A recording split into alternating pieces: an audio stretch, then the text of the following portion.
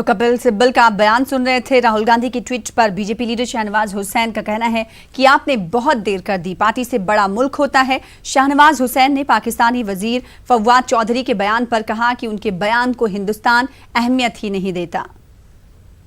अभी हमारे साथ हैं बीजेपी के राष्ट्रीय प्रवक्ता सैयद शाहनवाज हुसैन। सर, जिस तरीके से यूनाइटेड नेशन को खत लिखा पाकिस्तान ने और उसमें राहुल गांधी का जिक्र कैसे देखते हैं? आज मुझे अटल बिहारी वाजपेयी जी की याद आ रही है।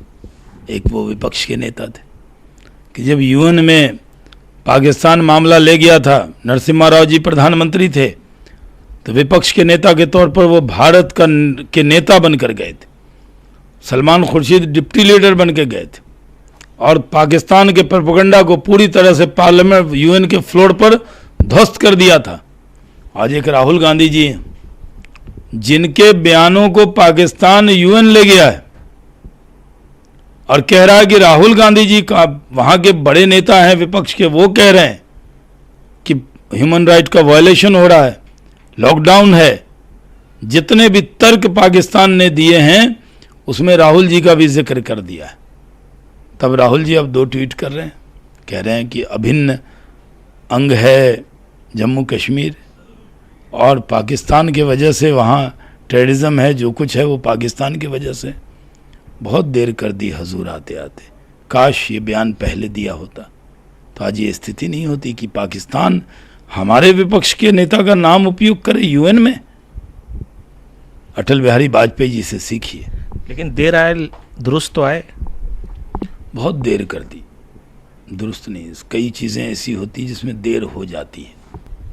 ये थे राष्ट्रीय प्रवक्ता शाहनवाज हुसैन। कैमरामैन नागेंद्र के साथ अनूप गुप्ता, न्यूज़ 18 नेटवर्क, दिल्ली। उधर पाकिस्तानी हिंदुस्तान के हुदूद के लिए पाकिस्तान फिजाई हुदूद मुकम्मल तौर पर बंद कर रहा है और इस पर गौर कर रहा है। पाकिस्तानी वजीर आजम इमरान खान की सदारत में काबीना के इजलास में कश्मीर की सूरत हाल पर बातचीत हुई। मीटिंग के बाद साइंस और टेक्नोलॉजी के वजीर फवाद चौधरी ने ट्वीट किया कि पाकिस्तान हिंदुस्तान के लिए फिजाई हुदूद मुकम्मल तौर पर बंद करने पर गौर कर रहा है। इस बीच पाकिस्तान की जानिब से कराची की फिजाई हुदूद बंद करने की खबर है। पाकिस्तानी हुकूमत के मुताबिक ऑपरेशनल वजूहात की बिना पर 3 दिनों के लिए कराची फिजाई हुदूद को बंद किया गया है। उधर हिंदुस्तान का कहना है कि वो सूरत हाल पर नजर रखे हुए है। तो पाकिस्तान कश्मीर मसले को लेकर हिंदुस्तान को घेरना चाह रहा है। इस बीच मरकजी हुकूमत की ये कोशिश है कि कश्मीर में सूरत हाल पटरी पर उतरे और तरक्की के काम वहां पर किए जाए। इस हवाले से आज एक अहम मीटिंग होने वाली है। जराये के मुताबिक इस मीटिंग में कश्मीर के लिए खुसूसी पैकेज का भी फैसला किया जा सकता है। पार्लियामेंट एनेक्सी बिल्डिंग में ये मीटिंग 4:30 बजे होगी। तो इसी पर बातचीत करेंगे। तमाम मुद्दे पर हमारे साथ हमारे नुमाइंदे अनूप भी जुड़ रहे हैं और अब से कुछ देर बाद हमारी नुमाइंदा रंजिता झा भी जुड़ने वाली हैं। रंजिता झा भी जुड़ चुकी हैं इस वक्त हमारे साथ। सबसे पहले रुख कर लेते हैं अनूप का। अनूप, आपने शाहनवाज हुसैन से बात की, उन्होंने कहा कि ट्वीट करके बहुत देर कर दी। नहीं, बिल्कुल। देखिए, जिस तरीके से राहुल गांधी ने CWC की मीटिंग के बाद उन्होंने कहा था कि जम्मू कश्मीर में हिंसा का माहौल है, उसको लेकर के पाकिस्तान ने यूनाइटेड नेशन को जो खत लिखा है उसमें राहुल गांधी के उस बयान का भी जिक्र कर दिया। कहीं ना कहीं एक ऐसा मसला था जो बीजेपी हाथों हाथ लेना चाह रही थी और उन्होंने इसको मुद्दा बनाने की पूरी कोशिश की है। शाहनवाज हुसैन ही नहीं, बीजेपी के बहुत बड़े बड़े लीडर हैं जो इस बहाने राहुल गांधी को घेरने में कोई कसर नहीं रख रहे हैं और उनका साफ तौर से कहना है कि एक जुगलबंदी कांग्रेस और पाकिस्तान के बीच जरूर है। कहीं ना कहीं पाकिस्तान को जो कांग्रेस का बयान है वो बल देता है। एक तरफ राजनीति अपनी जगह है, लेकिन दूसरी तरफ आपको बता दूं कि भारत सरकार इस मसले पर नहीं पड़ना चाह रही है। भारत सरकार चाहती है कि कश्मीर में जो है अमन चैन का माहौल रहे और अमन चैन के साथ जो केंद्र की जो योजनाएं हैं उसको सही तरीके से लागू हो और ज़्यादा से ज़्यादा केंद्र की योजनाएं जो पहले अनुच्छेद 370 की वजह से जो नहीं लागू हो पाया था वो लागू हो। और यही वजह है कि आज केंद्रीय कैबिनेट की बैठक होगी और उसमें कई तरह के फैसले लिए जाएंगे जो जम्मू कश्मीर के लोगों के हित में होंगे। ठीक है रंजिता, डैमेज कंट्रोल करने की कोशिश राहुल गांधी करते हुए दिखाई दे रहे हैं ट्वीट के जरिए।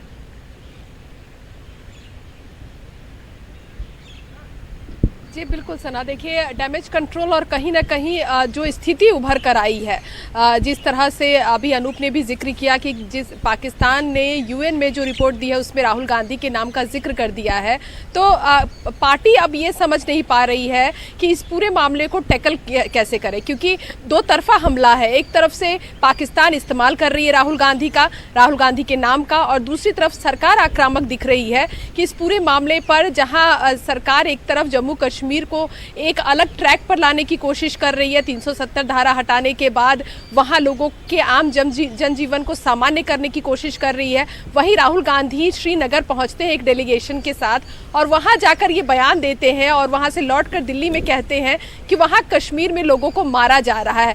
जब मारा जा रहा है इस बात का जिक्र राहुल ने किया, तो उस समय उन्होंने ये बात क्यों नहीं कही कि ये जो चीजें हो रही है वो पाकिस्तान की वजह से हो रही है। अब जब राहुल गांधी अपनी सफाई में ट्वीट दे रहे हैं या दूसरे जो तमाम नेता हैं वो बात कर रहे हैं, अभी कुछ देर पहले हमारी अधीर रंजन चौधरी जो लोकसभा में कांग्रेस के नेता हैं उनसे हमने बातचीत की, उन्होंने भी साफ तौर पर हम कह सकते हैं कि एक राहुल के बयान को और पुश करने की कोशिश की है और आगे बढ़ाने की बात कही है, और उन्होंने भी साफ तौर पर ये कहा है कि राहुल गांधी पर इस तरह का आरोप लगाना, राहुल गांधी के नाम का इस्तेमाल पाकिस्तान कर रही है, इसको हम पूरी तरह से खारिज करते हैं। और राहुल गांधी उस परिवार से आते हैं जिस परिवार की जब प्रधानमंत्री बनी थी इंदिरा गांधी, उन्होंने जिस तरह से पाकिस्तान के दो टुकड़े किए थे वो सारी चीज़ें भी पाकिस्तान याद रखे। ऐसे परिवार के व्यक्ति का नाम लेकर राजनीति करने का काम अगर पाकिस्तान करती है तो देश उसको सबक सिखाने का काम करेगी। कांग्रेस पार्टी सरकार के साथ खड़ी है, सरकार के साथ जब सरकार अगर देश निर्माण में देश की अखंडता के लिए काम करती है तो कांग्रेस उनके साथ खड़ी है। ये दलील अब कांग्रेस की तरफ से दी जा रही है, लेकिन डैमेज हो चुका है सना। अब कांग्रेस को इसको संभालने की ज़रूरत है, नेता इस पर बयानबाजी कम करें और इस बात पर ज़्यादा ध्यान दें कि इस पूरे मामले से कांग्रेस खुद को अलग कैसे कर पाएगी। जाहिर सी बात है, तो पाकिस्तान कितनी भी कोशिशें कर ले, मरकजी सरकार जो है अपने इरादे पर, दावे पर और वादे पर कायम है। आर्टिकल 370 की मनसूखी के बाद मरकज चाहती है कि वादी कश्मीर, जम्मू कश्मीर और लद्दाख में तरक्की हो, डेवलपमेंट हो। इसको लेकर आज मीटिंग हो रही है। अनूप हमारे साथ जुड़े हुए हैं, इस मीटिंग के खद्दोखाल के ताल्लुक से भी बता रहे हैं और इस मीटिंग में किन किन चीज़ों पर फैसला लिया जा सकता है कश्मीर के हवाले से बताएंगे। अनूप ये बताइएगा कि आज जो मीटिंग होगी इस मीटिंग में कौन कौन सी बड़ी शख्सियात मौजूद रहने वाली हैं और कश्मीर के में डेवलपमेंट के ताल्लुक से क्या कुछ रोड मैप और क्या कुछ खुसूसी कहा जा रहा है कि पैकेजेस का भी ऐलान किया जा सकता है, क्या कुछ फैसले लिए जा सकते हैं कश्मीर के हवाले से?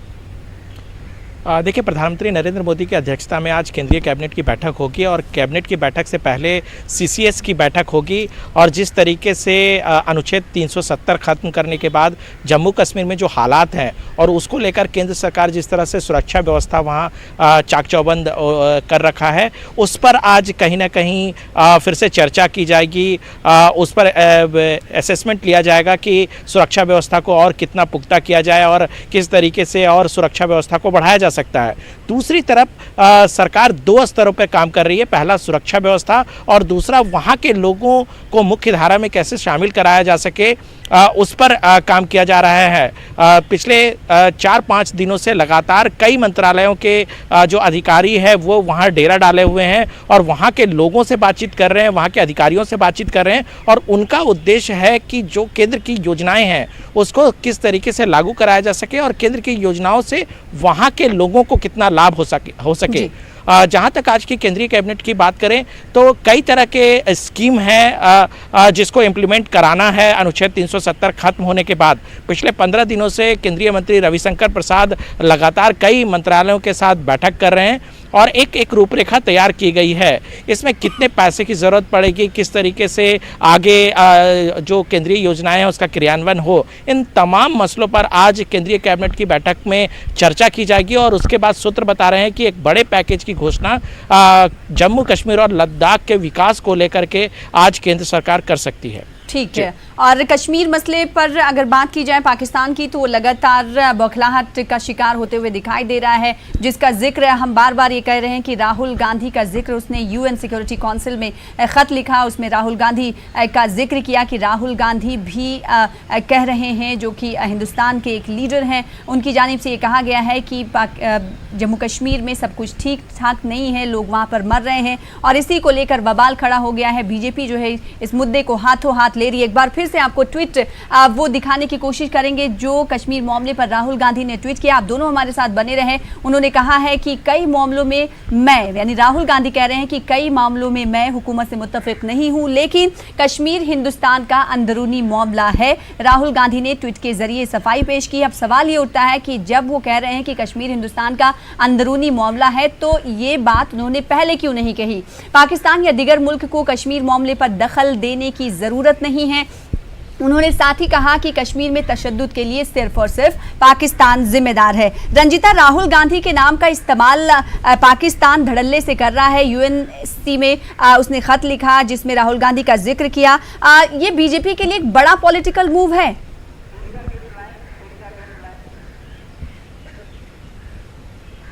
जी देखिए, निश्चित तौर पर और कहीं ना कहीं कांग्रेस का एक बड़ा फेलियर, अगर सरकार के फैसले का विरोध था तो उसको बताने का तरीका भी होता है। शायद यही कारण है कि कांग्रेस वो तरीका नहीं समझ पाई और उसी के चलते जो है वो पाकिस्तान की ट्रैप में फंसती नजर आ रही है। और पाकिस्तान कांग्रेस के पूर्व जो राष्ट्रीय अध्यक्ष हैं, कांग्रेस का बड़ा नाम है, एक बड़े नेता हैं राहुल गांधी, उनका नाम लेकर अब आगे बढ़ने की कोशिश कर रही है।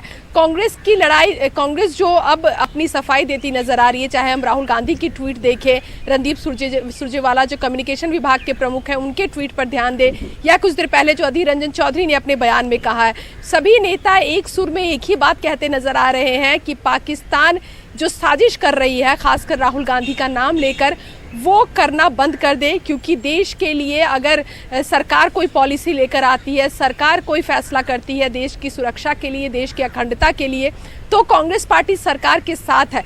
भले ही दोनों ही पार्टी की विचारधारा अलग हो, कुछ मुद्दों पर डिफरेंस हो सकता है, लेकिन जब देश की सुरक्षा की बात आती है तो कांग्रेस पार्टी ही वो देश की सबसे पुरानी पार्टी है जो अंग्रेजों से लड़ के भी इस देश को आज़ाद करने का काम किया था और आज भी देश के लिए वो खड़ी रहेगी। देश के लिए कुर्बानी देने के लिए कांग्रेस पार्टी तैयार है। ऐसे नेता का इस्तेमाल जब पाकिस्तान के द्वारा किया जा रहा है, उसकी निंदा वो कर रहे हैं। और साथ ही जो नेता है वो ये भी कहते नजर आ रहे हैं कि यूएन में जाकर जो है सरकार ये कोशिश करे कि पाकिस्तान को एक आतंकवाद देश के रूप में घोषित करने का प्रयास देश की तरफ से किया जा सके, सरकार की तरफ से किया जा सके।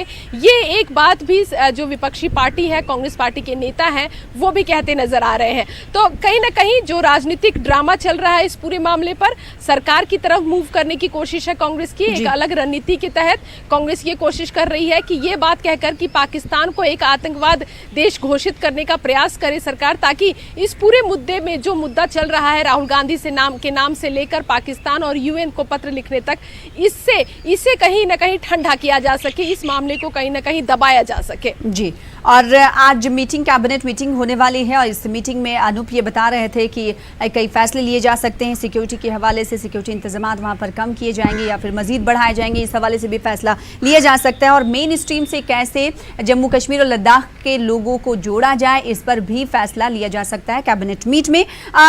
क्या अनूप, आज ये बात साफ हो जाएगी कि जो स्कीमात हैं जिन्हें लागू करना चाहती है, नाफिज करना चाहती है केंद्र सरकार, उस को लेकर तस्वीरें साफ हो जाएंगी कि कब से इन तमाम स्कीमों का फायदा जम्मू कश्मीर और लद्दाख के लोगों को भी मिलेगा? देखिए, ये बात तो साफ है कि जब से ये जम्मू कश्मीर और लद्दाख जब यूनियन टेरिटरी बन जाएगा, तब से ही ये सारे कानून लागू हो जाएंगे और उस वक्त कानूनी रूप से जो भी केंद्र की योजनाएं हैं वो वहाँ लागू कर दी जाएगी। और इसी का एक रोड मैप तैयार किया जा रहा है, क्योंकि इसमें बहुत ज़्यादा वक्त नहीं बचा है। ऐसे में सरकार की कोशिश है कि जो भी इसमें अड़चनें हैं, कानूनी अड़चनें हों या फिर आर्थिक स्तर पर जो अड़चनें हों, हों उसको खत्म कर दिया जाए और इसके लिए रोड मैप तैयार किया जा रहा है। देखिए, दो बातें हैं। एक पहली बात कि जो केंद्र की योजनाएं हैं जो पहले से जम्मू कश्मीर के लिए लागू होती है, उसका इम्प्लीमेंटेशन अभी तक किस स्तर पर हुआ है, कितना वो कारगर है और कितना वहाँ पे लोगों तक पहुँच पाया है, ये एक पहली बात। दूसरा कि अनुच्छेद 370 खत्म होने के बाद कौन कौन से स्कीम और लागू हो जाएंगे जिसको लागू करवाना है। तो ये दो बातें हैं जिस पर दो स्तर पर सरकार काम कर रही है। पहला कि जो पहले से जो स्कीम लागू है वो कहाँ तक पहुँची है, किस तरह से लोगों तक उसका रीच हुआ है, उसको किस तरीके से और लोगों तक समझाया जा सके। दूसरा, तकरीबन 160 से ज़्यादा स्कीम ऐसे हैं जिसको और लागू कराना है, क्योंकि अनुच्छेद 370 होने की वजह से वो सारे स्कीम जम्मू कश्मीर में लागू नहीं होते थे। तो वो किस तरीके से लागू हों, इन सभी बातों का एक रोड मैप तैयार किया जा रहा है। मंत्री स्तर पर सारी बातें जो है वो चल रही है। दूसरी तरफ जो केंद्रीय कैबिनेट की आज बैठक होगी उसमें इस बात पर चर्चा की जाएगी कि इसको लेकर के आर्थिक स्तर पर कितनी मदद की ज़रूरत जम्मू कश्मीर और लद्दाख को होगी। उस पर एक विस्तृत चर्चा के साथ साथ एक बड़ा आर्थिक पैकेज जो है जम्मू कश्मीर और लद्दाख के लिए सरकार घोषित कर सकती है इस बैठक में। जी, तो तकरीबन शाम 4:30 बजे कैबिनेट मीटिंग होने वाली और इस मीटिंग में जम्मू कश्मीर के हवाले से कई फैसले लिए जा सकते हैं। रंजिता भी हमारे साथ जुड़ी हुई हैं।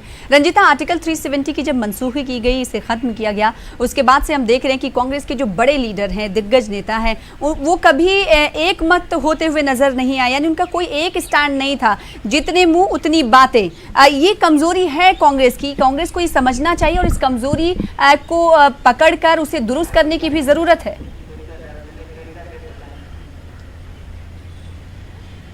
जी बिल्कुल सना, देखिए जिस तरह से राज्यसभा में जब धारा 370 हटाने की बात गृह मंत्री अमित शाह ने की थी, उस समय जब जवाब में गुलाम नबी आज़ाद ने अपना बयान दिया था, चाहे हम चिदम्बरम की बयान की बात करें, फिर इस पूरे जो कानून है उसको लोकसभा में पास कराया गया, लोकसभा में इसे टेबल किया गया, उस समय भी ये बातें लगातार आ रही थी कि कांग्रेस का एक धड़ा जो है वो सरकार के इस फैसले को आम जनता का फैसला मान रही थी और कहीं ना कहीं ट्वीट के जरिए, बयान के जरिए वो सरकार के इस फैसले का समर्थन भी करती नजर आ रही थी। उसमें कई नेता शामिल है, जिसमें ज्योतिरादित्य सिंधिया का ट्वीट भी है जो अहम था, जिसमें उन्होंने कहा था कि मैं सरकार के इस फैसले में साथ हूं।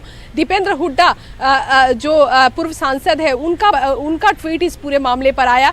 तो उस समय भी कांग्रेस में एक कह सकते हैं कि इस पूरे फैसले को लेकर एक अलग तरह की विचारधारा या अलग तरह की बात निकलकर आ रही थी।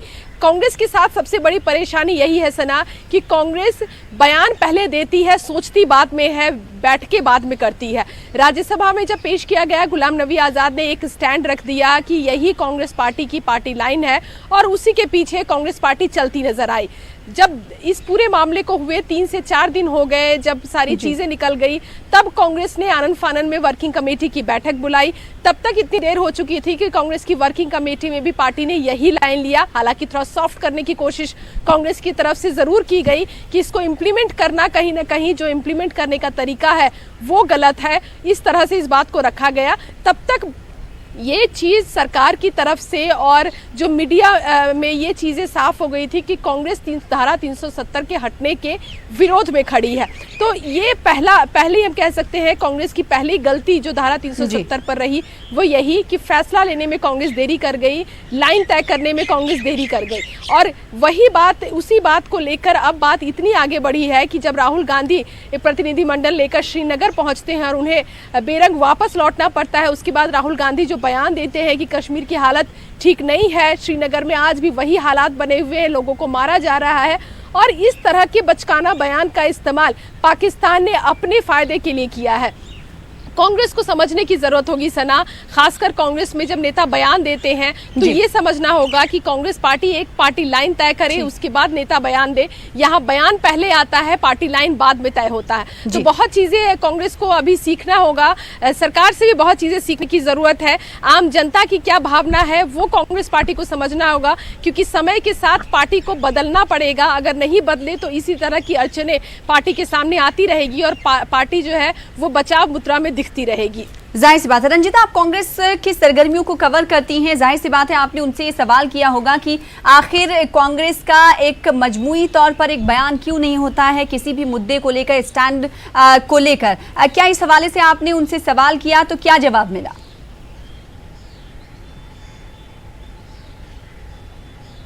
जी सना, कई नेताओं से हमारी बातचीत हुई जब ये पूरा प्रकरण चल रहा था, तब से लेकर आज भी धारा 370 पर अलग अलग नेता अलग अलग बयान देते नजर आ रहे हैं। साफ तौर पर जो नए नेता हैं, जो युवा नेता हैं, जो आम जनता का नब्ज समझते हैं, उन नेताओं से ये उभर कर आया कि कांग्रेस पार्टी को भी समय को देखते हुए अपने आप में बदलाव लाना चाहिए। खासकर ये कहा जाता है नेताओं की तरफ से कि जब इंदिरा गांधी ने पाकिस्तान के 2 टुकड़े किए थे, उस समय अटल बिहारी वाजपेयी ने उनके समर्थन में उन्हें दुर्गा तक कहा था। तो ये जरूरी नहीं कि आप विपक्ष पार्टी में हो, विपक्षी हो तो सरकार के हर फैसले का विरोध करो। सरकार अगर सही फैसला करती है, आम जनता के लिए फैसला करती है, तो उसका समर्थन करना भी एक अच्छे विपक्ष की निशानी होती है। ये तर्क भी कांग्रेस के नेता ही देते नजर आए हैं। कई कांग्रेस के नेताओं से हमारी बातचीत होती है तो वो साफ तौर पर ये कहते हुए कि कांग्रेस धारा 370 के मामले में स्टैंड लेने में या अपने पार्टी की राय रखने में देरी कर गई, और गुलाम नबी आज़ाद के बयान से, क्योंकि गुलाम नबी आज़ाद जम्मू कश्मीर के नेता है, पूर्व मुख्यमंत्री रहे हैं, उनकी एक अलग राजनीति है, उनका एक अलग सेंटिमेंट है अपने प्रदेश को लेकर। कांग्रेस पार्टी जम्मू कश्मीर की पार्टी नहीं, ये देश की पार्टी है। तो ऐसे में पार्टी को ये तय करना था कि इस पूरे मामले को किस तरह से देखे। तो ये एक नुकसान कांग्रेस पार्टी को भुगतना पड़ा उस समय भी, और आज भी उसी का फायदा पाकिस्तान उठा रहा है। जाहिर सी बात है, तो पड़ोसी मुल्क लीडरों के बयान का फायदा उठा रहा है और बीजेपी जो है राहुल गांधी के इस नाम के जिक्र को जो पाकिस्तान ने किया यूएनएससी में लिखे गए खत में, उसे हाथ से जाने नहीं देना चाहती। इसी वजह से अगर बात लीडरों की कर ली जाए, बीजेपी लीडरान की, तो उनकी जानिब से लगातार रद्दअमल का इजहार किया जा रहा है। राहुल गांधी और कांग्रेस ने भारत को जख्म दिए हैं, ऐसा कहना है गिरिराज सिंह का। इसी तरह से कई और लीडर हैं जो बयान देते हुए नजर आ रहे हैं। अनूप, हमने देखा है कि कई बड़े लीडरों की तरफ से राहुल गांधी को लगातार घेरने की इस पर कोशिश की जा रही, वहीं राहुल गांधी अपने ट्वीट के जरिए डैमेज कंट्रोल करने की भी कोशिश कर रहे हैं।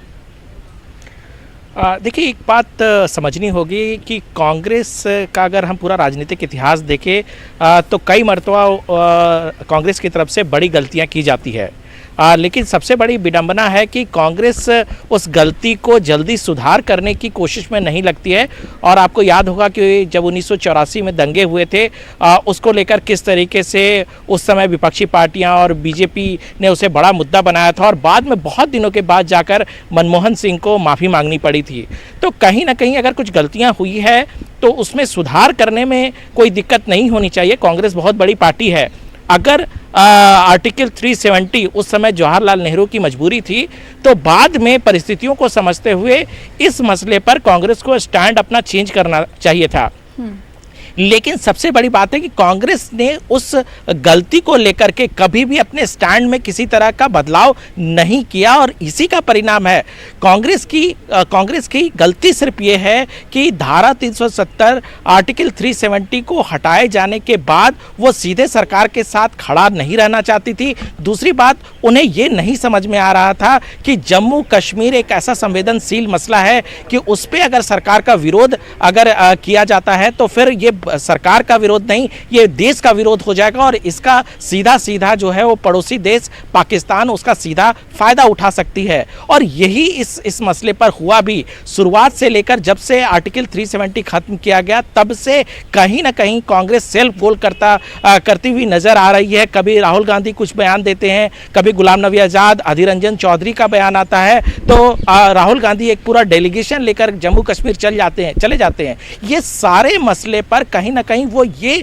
भूल जाते हैं कि इसका सीधा कहीं ना कहीं पाकिस्तान इसका फायदा उठा सकता है, जो हुआ। और यही वजह है कि चूंकि मौका है, चूंकि कांग्रेस को समझ नहीं आ रहा है कि इस मसले पर स्टैंड क्या लेना है, यही वजह है कि जो बीजेपी है इस मौके की तलाश में भी थी और उन्हें वो मौका मिला है। ऐसे में जो सभी जो और ये बड़े बात नेता आज हैं हमने देखा कि बीजेपी सुप्रीम कोर्ट में मुल्क की सबसे बड़ी अदालत में बीजेपी की तरफ से कहा गया कि मरकज को नोटिस ना जारी किया जाए आर्टिकल 370 की मनसूखी को लेकर जो फैसला लिया गया है, क्योंकि जो पड़ोसी मुल्क है वो इसका इस्तेमाल कर सकता है, वो हिंदुस्तान पर वार कर सकता है। आप दोनों का बेहद शुक्रिया हमारे साथ जुड़ने के लिए और तफसील से बातचीत करने के लिए। फिलहाल इसी के साथ मुझे दीजिए इजाजत। आदाब।